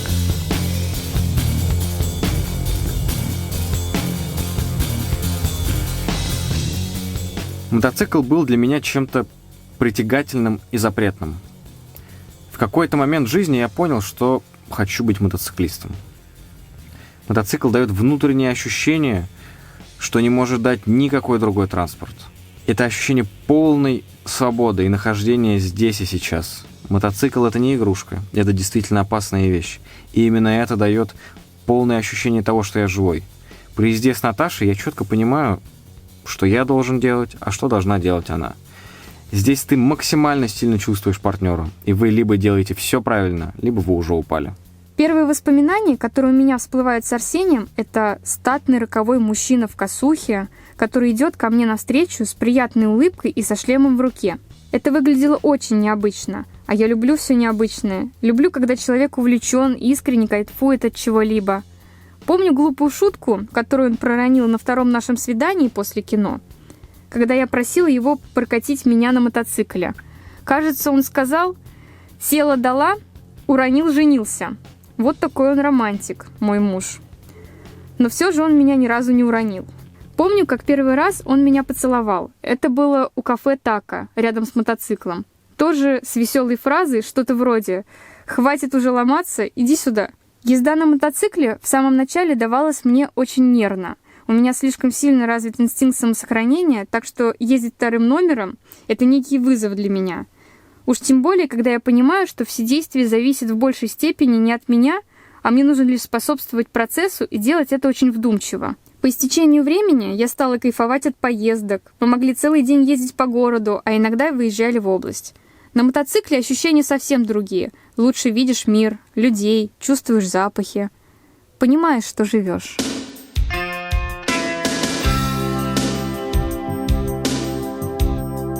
Просыпаюсь с любимым мужем, мы каждый день проводим вместе 24/7, и на самом деле это настолько радует то, что с человеком можно находиться вместе бесконечное количество времени, но всегда с ним интересно, и очень многие мои какие-то сейчас хобби, увлечения, внутреннее мое состояние, они являются его заслугой. Он действительно сделал из меня спокойного, умиротворенного человека.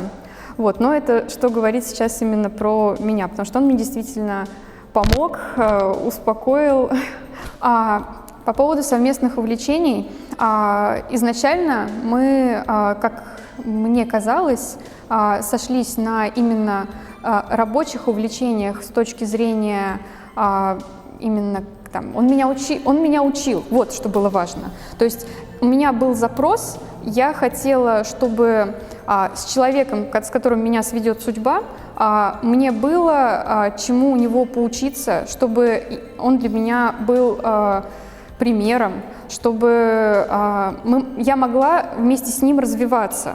То есть или как-то мы вместе бы шагали по жизни, то есть в плане именно работы. То есть мне важно себя реализовывать также еще и в коммерческой отрасли, и он мне полноценно это дает.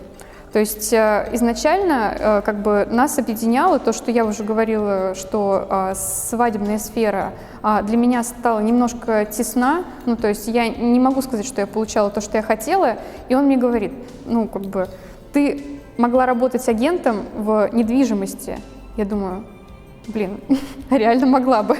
То есть работа сильно-то не отличается. И он начал меня учить, как сдавать помещение, как правильно общаться с потенциальными арендаторами, покупателями. И это стало настолько интересным. То есть вот сейчас именно страсть к недвижимости и именно занятия в этой сфере – это первая часть, которая нас объединяет. Другой момент – сейчас нас очень сильно объединяют наши занятия по гиюру. То есть я могу сказать то, что, ну, как сказать, путь в еврейство, он у меня появился не как бы вот там только потому, что появился Арсений, и потому что он мой муж, я хочу с ним как бы вместе следовать по жизни. Во мне это все очень сильно отзывается.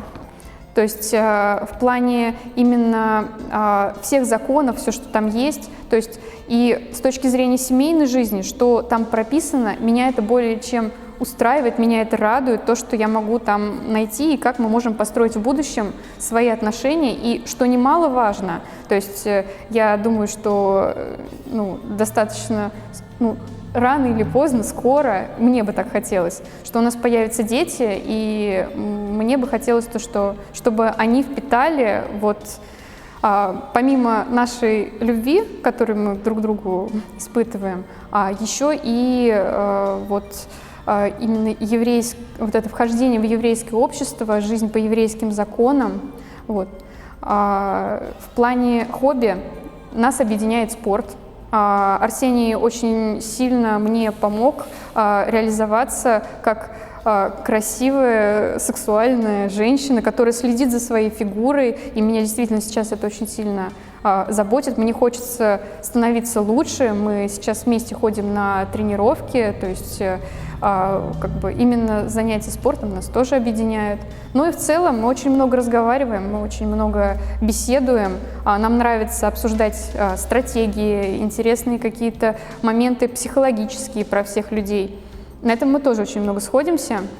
То есть, по сути, вот это вот нахождение 24/7, что мы с ним вместе проводим, это нисколько нас не стесняет, наоборот, хочется больше как бы еще разговаривать, проводить вместе время. По поводу того, что объединяет это, помимо вот каких-то таких вещей, про то, что я говорил ранее, еще у нас общие интересы с тобой в плане работы. По крайней мере, на данном этапе. Мне нравится с тобой работать как с компаньоном не только в семье, но и в бизнесе. То есть, если я такой более, так скажем, жесткий человек и люблю рубить с плеча, то ты предлагаешь варианты более обтекаемые, что иногда действительно необходимо. И во многом ты закрываешь вопросы по творчеству, по красоте, так скажем. И это действительно имеет свои плоды, и за это тебе респект и уважуха. То есть мы с тобой проводим 24 часа вместе, почти, наверное, 23, просто нон-стопом, и мне всегда этого мало. То есть мы как и по работе вместе проводим время, так и по религии, и по быту, и с, так скажем, более взрослой частью семьи, так скажем, старшим поколением. Тоже прекрасно, как мы с друзьями проводим время. То есть я постоянно получаю от этого удовольствие. То есть вместе также, то есть если что касается хобби, то понятно, что это путешествие, это такие банальные достаточно вещи. Покататься на мотоцикле, погулять, отдохнуть. Без алкоголя как-то с нами ему не по пути оказалось. Как-то, наверное, так я это вижу. Люблю маленькие местечки. Дает ощущение за границы. Это место, где люди фанатично относятся к тому, что готовят. Именно это делает их стейки особенно вкусными. Для меня это заведение, которое мы по-свойски называем мясным домиком, имеет особое значение. Место, где мне всегда рады, где уютно и вкусно. Люблю сидеть тут с мужем и считаю одним из мест своей силы, где подают великолепное мясо.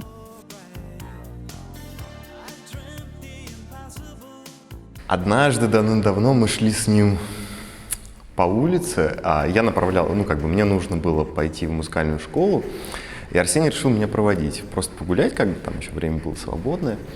И у нас в Верхних Печорах есть овраг, и нам нужно было пройти через него по мостику для того, чтобы попасть в музыкальную школу. Но мы решили то ли скатиться, я не помню этого, то ли скатиться, то ли что-то нам взбрело в голову, в общем, с оврага вниз. И он решил скатиться колбаской. Руки вот так прижимаешь и вниз катишься. Вот, в общем, этот дебил сломал себе руку в тот момент.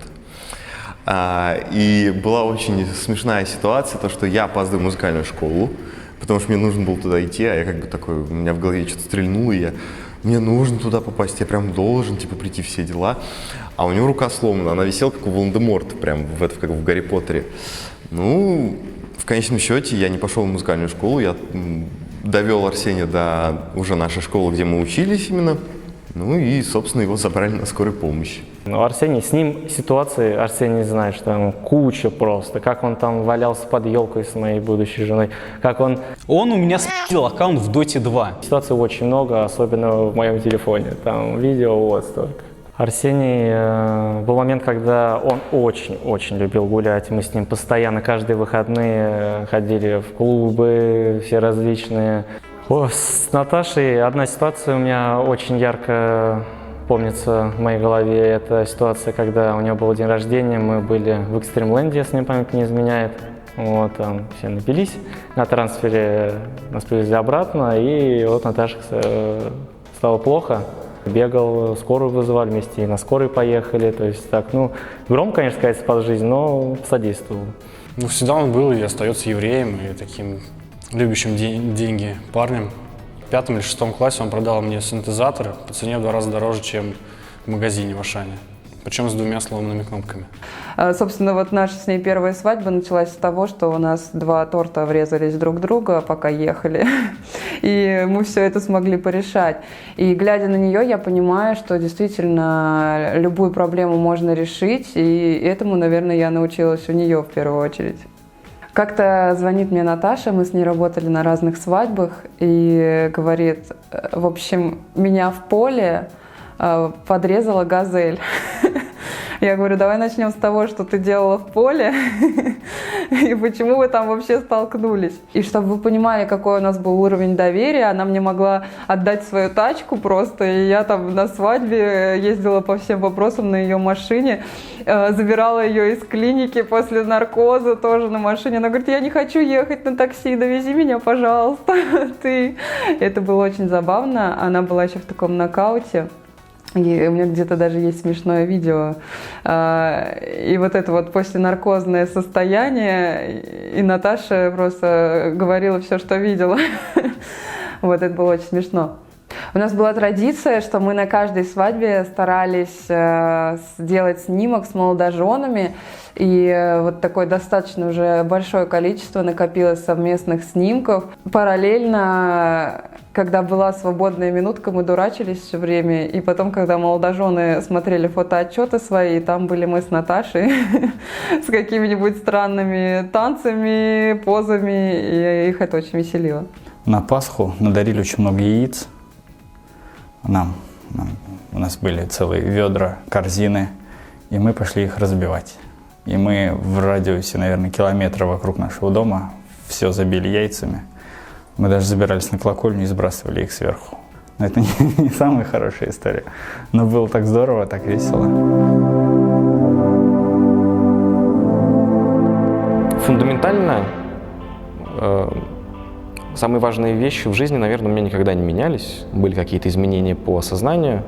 Я считаю, что самое важное это на данном этапе это семья, потому что я являюсь также только маленькой песчинкой от будущих поколений, маленькой песчинкой от прошлых. И почувствовал это, когда начал устанавливать семейное древо. Когда я увидел то, что до меня было, 200 человек, и я появился благодаря ним, и они хотели жить гораздо лучше, чтобы их жили потомки, и они хотели лучше жить. И я также приложу максимум усилий, чтобы я лучше жил, и остальные после меня жили также лучше меня. Когда я был совсем подростком, ребенком, я считал то, что самое главное – это каждую секунду времени тратить на что-то полезное. Сейчас, наверное, отчасти я с этим и согласен, и не согласен. Самое главное – быть счастливым по жизни. Мне всегда была важна в людях честность, открытость и справедливость. То есть это такие основные правила. И как бы, возможно, наверное, еще правильно сказать, искренние отношения. И все эти качества, они пересеклись в моем муже. А по поводу ценностей, которые для меня сейчас важны, для меня действительно стала важна религия, потому что она мне помогла в плане психологического моего состояния. Я понимаю, куда я движусь, я понимаю свои цели, понимаю то, что мы это делаем вместе со своей семьей, и я надеюсь, что не я надеюсь, а так и будет, то, что в будущем мы создадим семью, то, что мы примем вместе гиюр, и у нас будут дети, которые будут уже встроены в еврейское общество. То есть для меня сейчас это очень внутренне важно, и, собственно, в этом направлении мы развиваемся, и как бы это мне очень сильно помогает. То есть, а другие, в основном, сферы, которые сейчас меня окружают, это я стала именно такой хозяйственной женой домашней. То есть для меня важно мое спокойствие и мое комфортное вот это женское состояние в любви и ласке. То есть раньше, возможно, я очень сильно удивлялась, когда там я заходила к кому-то из девчонок в аккаунт и читала описание любимая жена, мама с прекрасного сына. И для меня это было, я думаю, ты же должна работать, ты должна писать про свою карьеру, про профессионализм. Но сейчас я понимаю в этом, какая есть ценность. То есть действительно для женщины реализацией является непосредственно семья.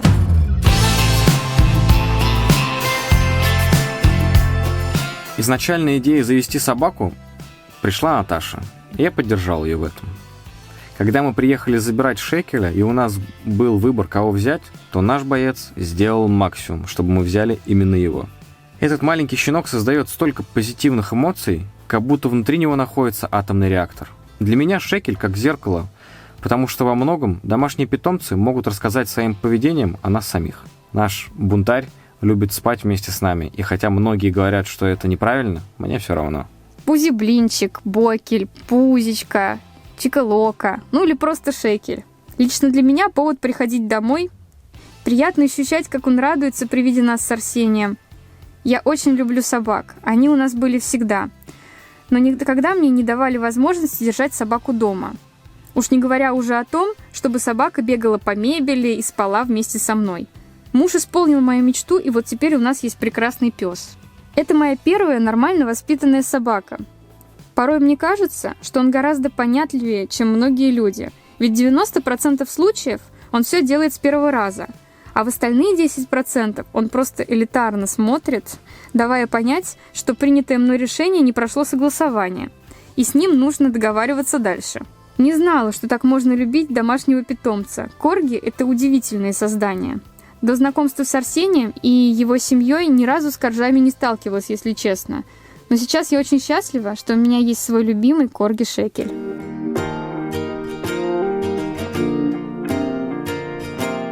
На долгую семейную жизнь, чтобы все было хорошо, чтобы дети были, чтобы жили счастливо.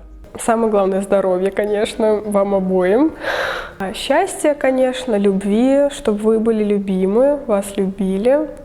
Чтобы вы радовали друг друга, чтобы у вас было взаимопонимание, и чтобы не было громких ссор, чтобы вы решали все мирным разговором.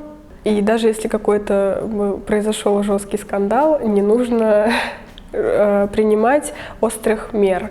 Нужно все-таки обдумать, проговорить и решить все в пользу семьи, любви и счастья.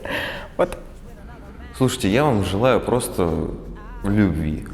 Желаю, конечно, я им долгих и хороших лет жизни, чтобы они любили друг друга, чтобы ценили друг друга, чтобы все у них было хорошо, чтобы все сбывалось, что они хотят.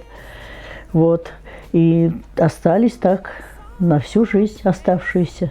Успехов, наверное, и не терять вот этот вот их оптимизм, который у них есть. Чтобы они всегда оставались такими жизнерадостными и дарили эту жизнерадостность нам и всем вокруг. Долгой и счастливой семейной жизни. Здоровье, самое главное. Поддерживать друг друга. Любить и уважать. Да. Ребят, я вам желаю оставаться такими жизнерадостными, идти по жизни к одной цели и, несмотря на преграды, оставаться вместе. Ой, дорогие Натуся и Арсений, я от всей души поздравляю вас с таким знаменательным событием в вашей жизни. Желаю вам жизни долгой, общей, чтобы мелкие ссоры, они неизбежны, и пусть они будут, но пусть они быстро забываются, эти ссоры, и наступает быстрое примирение, и, в общем, взаимное уважение и взаимная забота еще друг о друге. И будьте счастливы, мои хорошие. Я от всей души поздравляю вас, от всей души желаю вам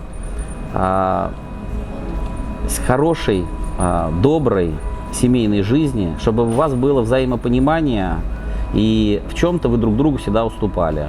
И побольше детишек. Я говорил, что я себя дедушкой никак не ощущаю, но тем не менее это приятное такое было бы событие, если бы вы бы сказали, что у вас там какой-нибудь малыш там в планах уже там как-то родился. Так что всего вам самого хорошего и доброго.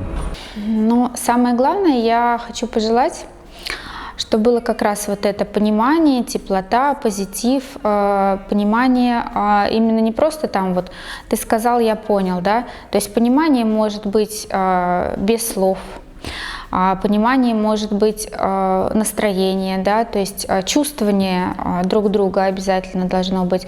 Я как раз хочу, чтобы они были достигаторами новых идей, достигаторами новых каких-то планов, новых целей, да, то есть я понимаю, что в их жизни нет, есть такое слово попоморщеры, да, то есть вот они именно из тех, которые позитивные люди, то есть вот они поставили себе цель, они хотят много, это здорово, то есть я в этом, как говорила уже, и помогу, и помогать буду, но вот самое главное, чтобы у них было тепло, любовь, взаимопонимание, поддержка, взаимовыручка и именно уважение, то есть вот и поддержка друг друга.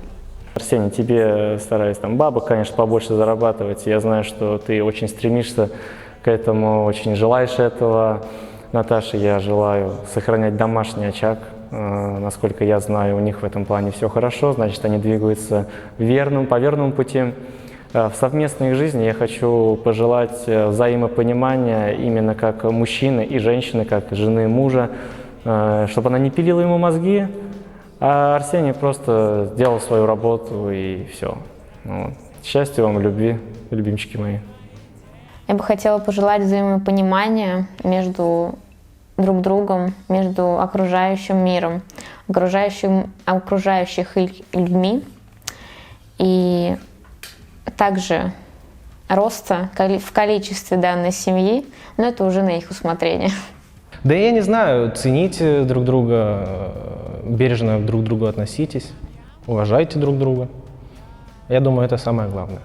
Хотела бы я им сказать свои слова пожеланий, чтобы на самом деле все так же и оставалось, и было только лучше. Я знаю, что у ребят есть очень много задумок, очень много планов, желаний.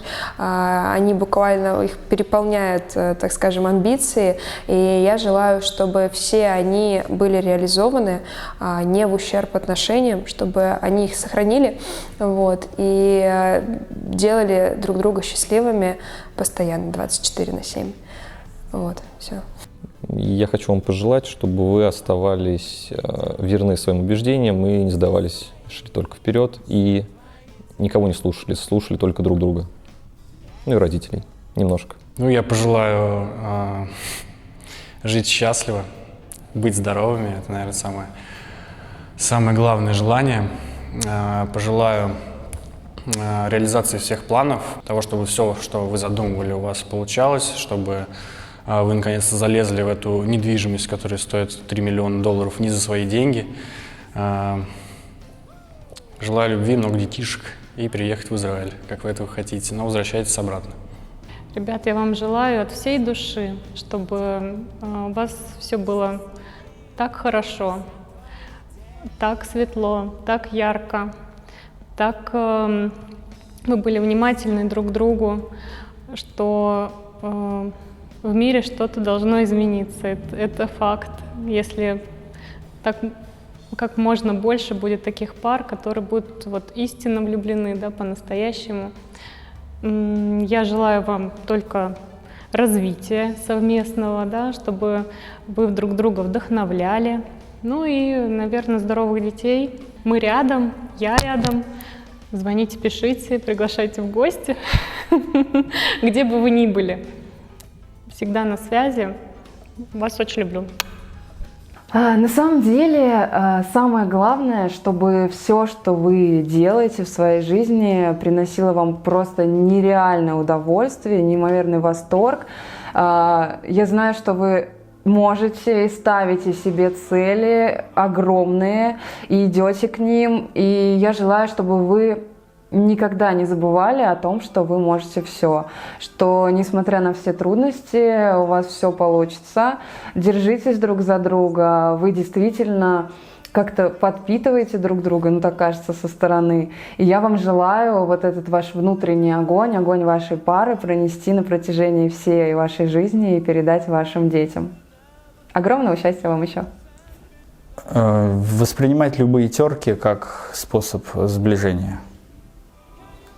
То, что на виду можно быть самой лучшей парой, но внутри терки будут обязательно, и пусть терки всегда будут именно ради того, чтобы подточиться так, чтобы сложиться идеально. Все-таки надеюсь, что у вас семейная жизнь как сложится? Да сложится просто хорошо, как это вот как бы банально звучало, там эта ячейка общества новая возникла. Ну, сейчас эти ячейки общества, они, мне кажется, одна возникла, две распались, чтобы у вас, во-первых, такого не было. Во-вторых, чтобы каждый не тянул на себя одеяло, если что-то произошло, что-то случилось, чтобы все-таки вы теперь семья, и вы друг другу должны быть близки. Это чтобы мужчина был плечом, а женщина душой, наверное, как-то так.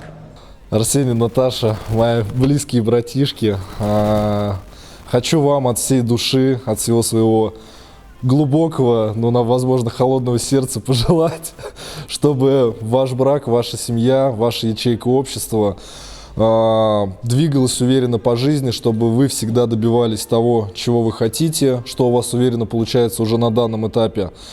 Очень рад за вас, то, что вы друг друга нашли, что вы друг друга дополняете. Всегда рад, то, что вы в любую минуту приходите на помощь, помогаете советом, какими-то действиями в моих каких-то ситуациях. Я вам за это очень сильно благодарен. Желаю, чтобы ваша семья по жизни двигалась четко, уверенно и жестким шагом. Целую. Дорогие Наташа и Арсений, я знаю, что вы проделали достаточно долгий путь к тому, чтобы найти человека, с которым вы сможете разделить долгий семейный путь. И я хочу вам пожелать, главное, взаимопонимание, потому что вы каждый уже сформировавшаяся личность. У вас, у каждого были интересы до того, как вы встретили друг друга. И очень здорово, если вы будете на протяжении вашей счастливой семейной жизни друг другу помогать, друг друга развивать. А главное, я хочу пожелать, чтобы вы всегда слышали друг друга и чувствовали. Поэтому я вам желаю долгих лет семейной жизни и много-много детишек. И построить головокружительный, классный и приносящий большую прибыль таки да. Будьте счастливы! Желаю вам, дорогие мои Арсюха и Наташа, всегда прислушиваться друг к другу.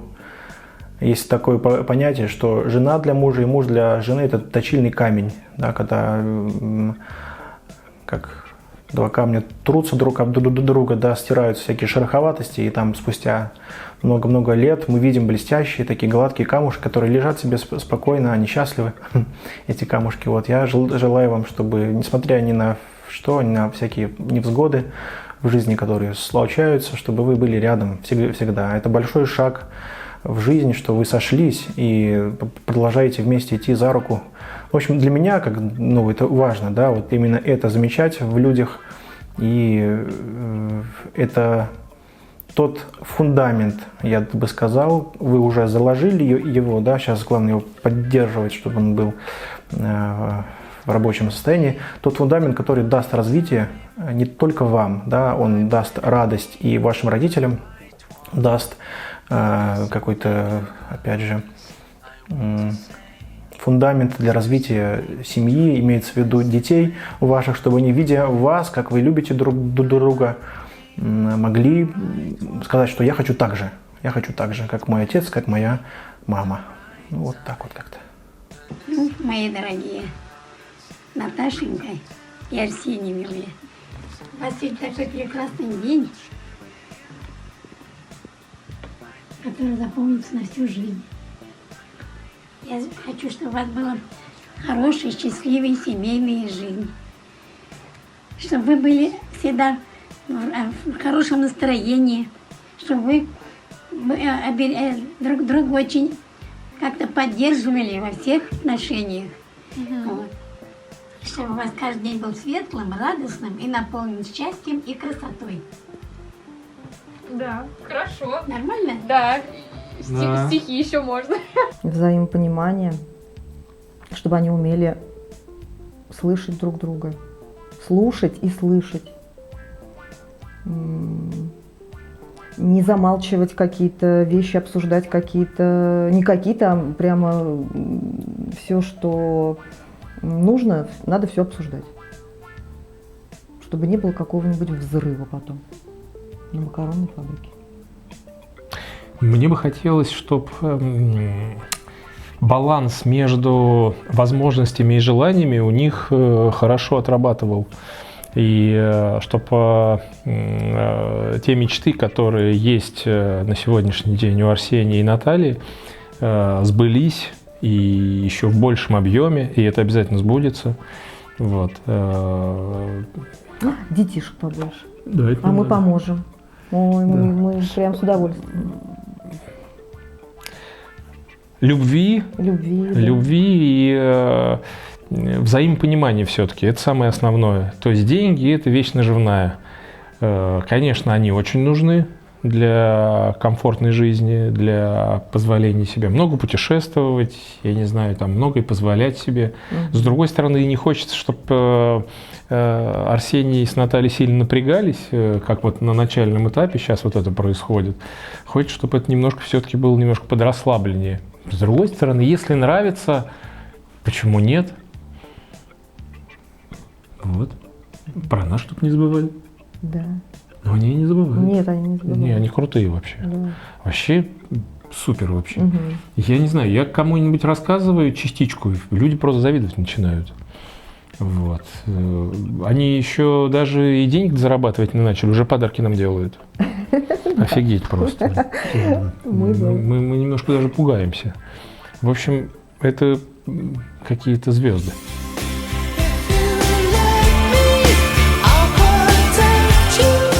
Это слова для тебя, Наташа. Что мне в тебе нравится? Я всегда хотел иметь спутника, супругу, любимую, которая будет делать из меня человека лучше, чем бы я мог быть. И ты действительно это делаешь. У тебя есть такие таланты, которых я никогда не встречал. Как ты глубоко смотришь, как ты далеко видишь, как ты просто прекрасно выглядишь. Тоже хочу это от отметить. Красиво, умна и, наверное, самое главное, мудра. Мне очень сильно импонирует то, что тебе близко еврейство, которое важно для меня, также оно стало важным для тебя. И это для меня имеет, я бы сказал, даже сакральный смысл, то, что ты готова разделить со мной, наверное, самое важное в жизни – это понимание вообще, зачем мы живем. Не просто походить, покушать, погулять, побездельничать, а наполнить жизнь каким-то смыслом. Вот, я тебя люблю. Я очень сильно люблю тебя, Арсений. Ты самый замечательный мужчина, которого я когда-либо встречала. Это, наверное, такая шаблонная фраза, но она во мне очень сильно отзывается, потому что я человека настолько близкого себе по духу, настолько, чтобы комфортно мне было, я никогда не видела. И, наверное, мы действительно созданы друг для друга, и я хочу для тебя быть самой лучшей женой, чтобы ты всегда, каждый день просыпался со счастливой улыбкой, то есть пока мы сейчас вдвоем, потом хочется, чтобы детей было как звезд на небе, как это написано в Торе. В общем, я тебя люблю и передаю тебе привет в далекое будущее. Я надеюсь, что мы с тобой доживем до 120 лет, как предначертано в священных писаниях. И то, что мы с тобой будем счастливы, долго счастливы, вместе счастливы и с большой семьей счастливы. Привет и люблю тебя.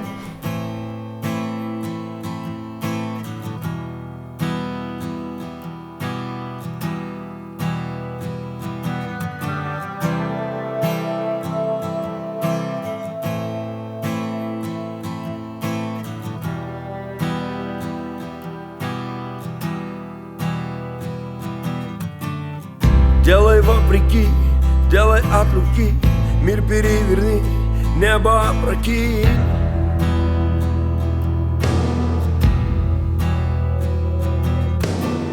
В каждом наброске, в каждом черновике учитель продолжается в своем ученике.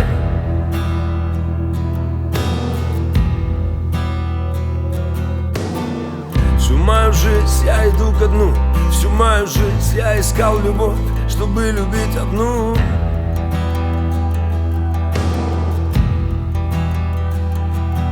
Они сказали нас поздно спасать и поздно лечить.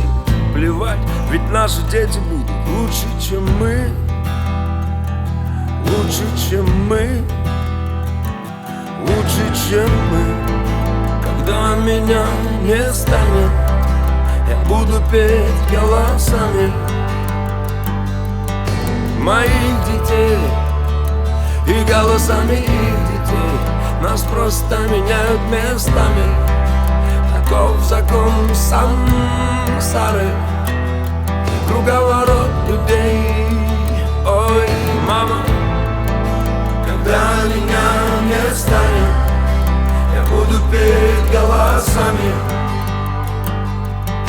моих детей и голосами их детей. Нас просто меняют местами. Таков закон сансары, круговорот людей. Ой, мама, нас не стереть, мы живем на зло. Пусть не везет, но мы свое возьмем.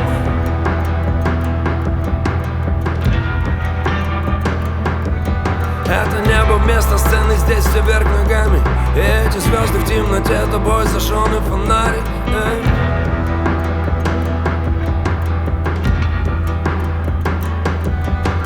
Тысяча меня до меня, и после меня будет тысяча меня, и в тысячах не меня, тысяча меня.